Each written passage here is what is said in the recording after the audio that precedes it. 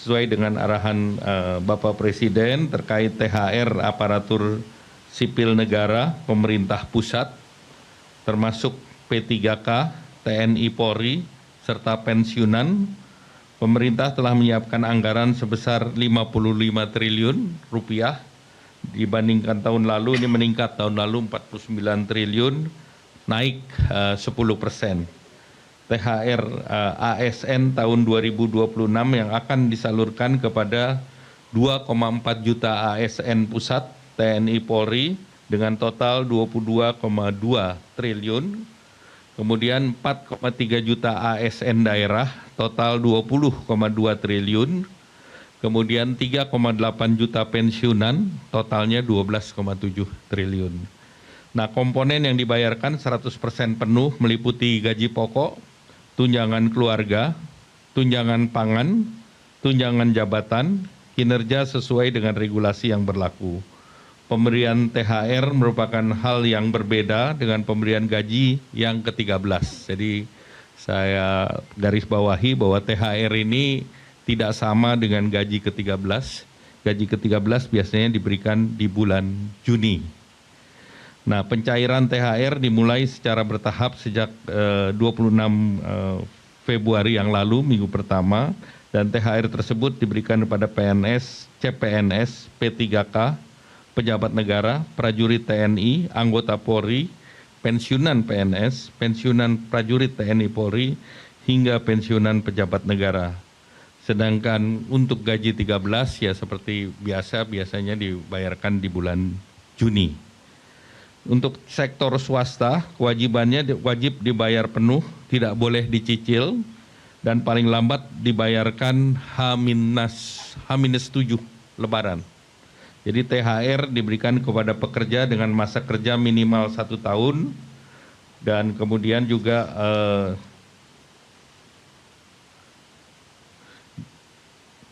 jumlahnya minimal jumlahnya adalah 1 bulan upah, sedangkan pekerja dengan masa kurang 1 tahun diberikan secara proporsional. Nah, ini tentu setiap perusahaan akan bervariasi.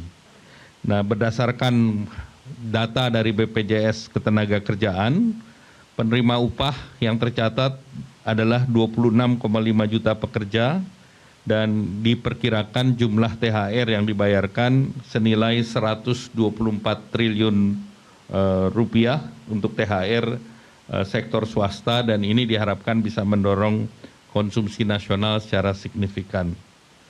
Kemudian bonus hari raya untuk ojol, ini bonus hari raya ini telah dilakukan dengan komunikasi intensif dengan para aplikator, dan alhamdulillah komitmen kuat dari para aplikator juga diwakili dengan yang hadir pada pagi hari ini.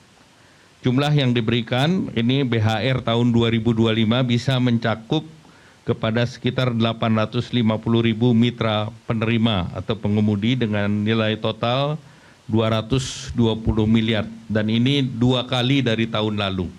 Tahun lalu itu sekitar 110 miliar dari masing-masing aplikator seperti Goto dan Grab. Tahun lalu menyediakan 50 miliar masing-masing. Tahun ini 100 sampai 110 miliar, meningkat 2 kali, dan penerimanya juga menerima masing-masing 400.000. Maxim juga memberikan kepada 51.000 mitra sebagai penerima BHR. Tahun lalu 1.000 mitra, jadi Maxim meningkatnya juga besar, 51.000. Kemudian InDrive juga memberikan sekitar 500-an. Nah, kami mendorong penyaluran dilakukan lebih awal, H-14 atau paling lambat H-7 sebelum Idul Fitri. Terkait dengan perlindungan jaminan sosial bagi pengemudi, hingga saat ini mitra pengemudi mengikuti jaminan kecelakaan kerja JKK dan jaminan kematian atau JKM BPJS Ketenagakerjaan. Nah, selanjutnya kita telah juga memberikan bantuan untuk diskon transportasi khusus menjelang Lebaran, nilai rupiahnya 911,16 miliar baik dari APBN maupun non APBN, dan bantuan yang diberikan pemerintah pada saat menjelang Lebaran nanti dalam bantuan pangan itu nilainya 14,9 triliun berupa 10 kg beras dan 2 liter minyak goreng untuk 35,04 juta keluarga. Dan pemerintah juga sudah mengumumkan work from anywhere tanggal 16, 17, 25, 26, dan 27 Maret. Jelajahi cara baru mendapatkan informasi. Download Metro TV Extend sekarang.